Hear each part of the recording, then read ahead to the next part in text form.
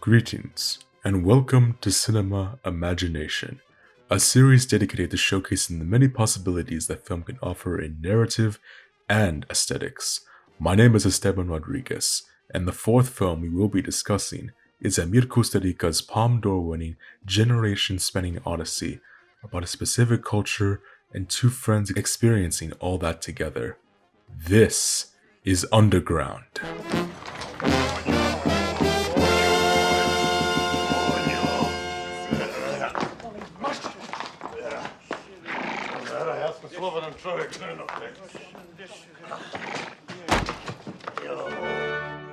Arms dealers Marco and Blackie weave their way from world conflicts to post-war struggles.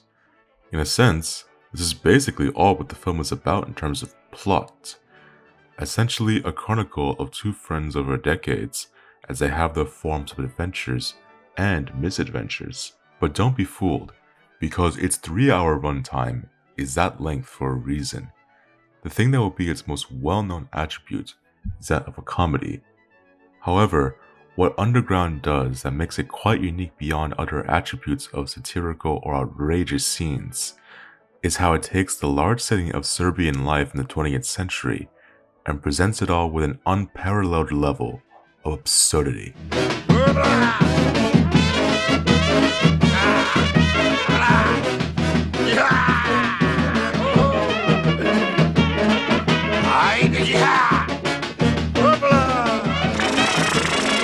Kusturica very much follows in the vein of a filmmaker like Federico Fellini, but whereas the Italian maestro would of course be more and more specific on his view of Italian culture and the lifestyle of Rome, Kusturica would embrace his own cultural identity with perhaps an even more audacious visual flair and style to make his world both more one of chaos and bliss. The exaggerated stock sound effects, the large array of live animals, the over-the-top performances that are all combined with the polka brass-like soundtrack by Goran Bregovic. Everything in Underground is meant to be so highly exaggerated that it almost has the logic of a zany cartoon. However, like all great comic artists, his emphasis on humor should not be confused with a lack of depth.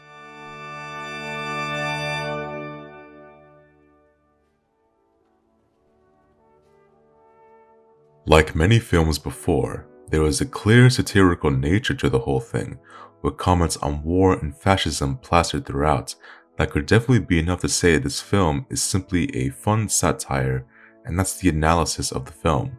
But what Kusturica also is showing is a showcase of a country's history.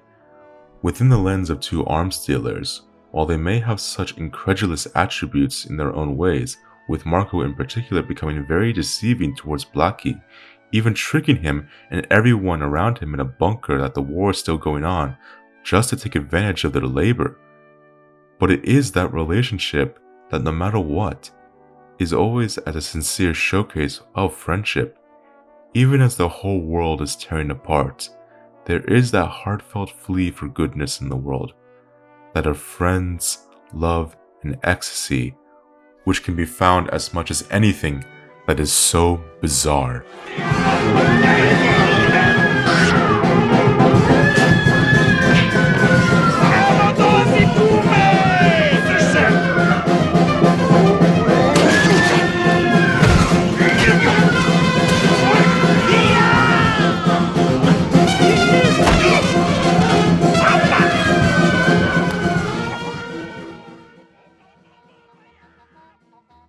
In terms of this film in the lens of exploring imagination, it is films like this which can present much of the personal side of an artist, as well as the already objective craftsmanship that comes along with it.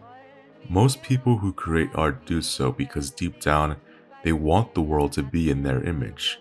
Emir Kusturica tried to take that belief to its most opulent level. A massive chronology about the 20th century history of his country through his lens.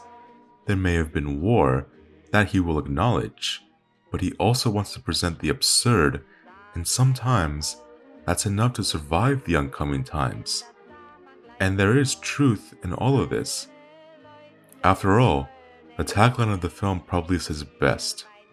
Once upon a time, there was a country. Petre Popara, crni prijatelju naš, slava ti.